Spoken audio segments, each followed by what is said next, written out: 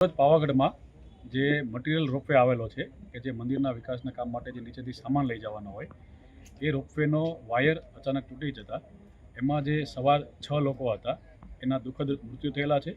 હાલમાં એ લોકોને હાલોલ ખાતે હોસ્પિટલ ખાતે લાવી ઇન્ક્વેસ્ટ ભરીને એમને પીએમની કાર્યવાહી ચાલુ કરેલી છે.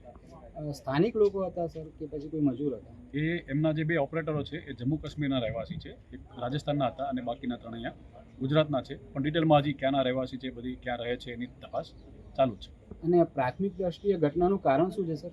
પ્રાથમિક દ્રષ્ટિએ જ અમે કહીએ છીએ આપને કે એનું જે ઘટનાનું કારણ છે એનો વાયર તૂટી જવાના કારણે ખબર પડી છે.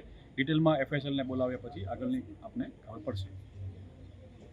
આજે અમે બધા જ ગણેશ વિસર્જનનું હતું ત્યાં વિસર્જનમાં હતા અને અમને એકદમ સમાચાર મળ્યા કે આવી રીતે જે લોડિંગ રોપવે છે એની ટ્રોલી આ રીતે તૂટી છે ને એમાં કોઈને વાગ્યું છે અને એ રીતે અમને માહિતી મળી એટલે અમે તાત્કાલિક ત્યાં આગળ સ્થળ ઉપર પહોંચ્યા.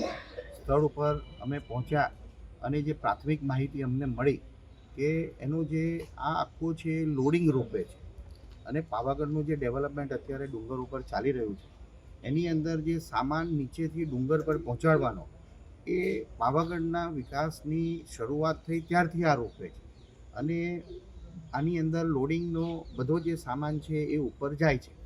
અત્યારે અમે ત્યાં પહોંચ્યા ત્યારે પ્રાથમિક દ્રષ્ટિએ એનો જે રોપ છે એ રોપ તૂટવાથી આખી ટ્રોલી છે એ ઉપરથી નીચે આવી અને એનો જે ટાવર છે એ ટાવર સાથે અથડાઈ અને એના લીધે એ ટ્રોલીની અંદર જે 6 લોકો હતા એ બધાના મૃત્યુ થયા છે.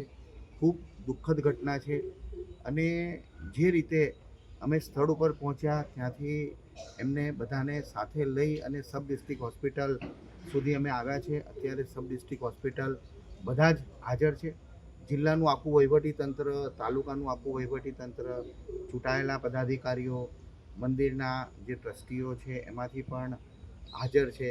એટલે અત્યારે સબ ડિસ્ટ્રિક્ટ હોસ્પિટલ અમે હાજર છે અને અત્યારે રેસ્ક્યુની જે કામગીરી છે પ્રાથમિક તબક્કે રેસ્ક્યુની કામગીરી અત્યારે બધા જ કરી રહ્યા છે.